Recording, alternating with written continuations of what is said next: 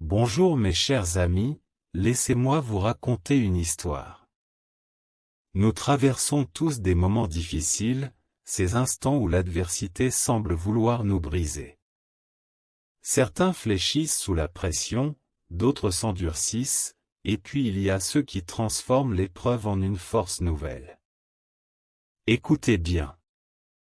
Une jeune fille, submergée par les épreuves de la vie, vint un jour trouver son père. Elle lui confia son désarroi, lui avouant qu'elle se sentait exténuée par cette lutte incessante.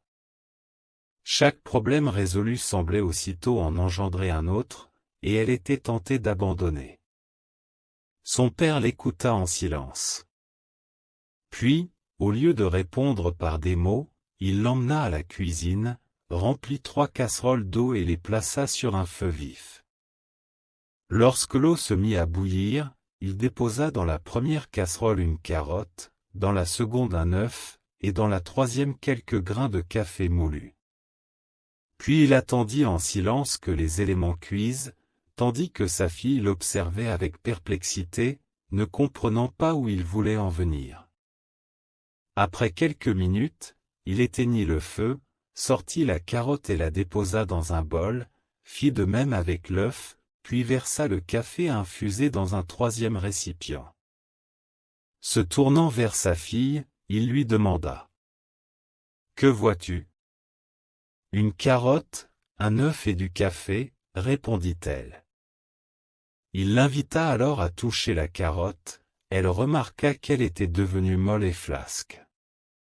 Puis il lui demanda d'éplucher l'œuf, elle constata que son intérieur s'était durci. Enfin, il l'incita à goûter le café. En savourant son arôme riche et réconfortant, un sourire se dessina sur ses lèvres. « Mais que signifie tout cela, père » s'enquit-elle. Le père répondit alors.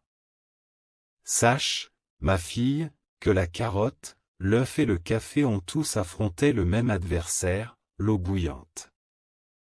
Pourtant, chacun a réagi différemment. La carotte, d'abord ferme et résistante, est devenue tendre et fragile au contact de l'épreuve. L'œuf, dont la coquille protégeait un cœur auparavant liquide, a vu son intérieur durcir sous l'effet de la chaleur. Quant au café moulu, son comportement a été unique. Loin de se laisser transformer, il a modifié l'eau elle-même, lui conférant un goût exquis.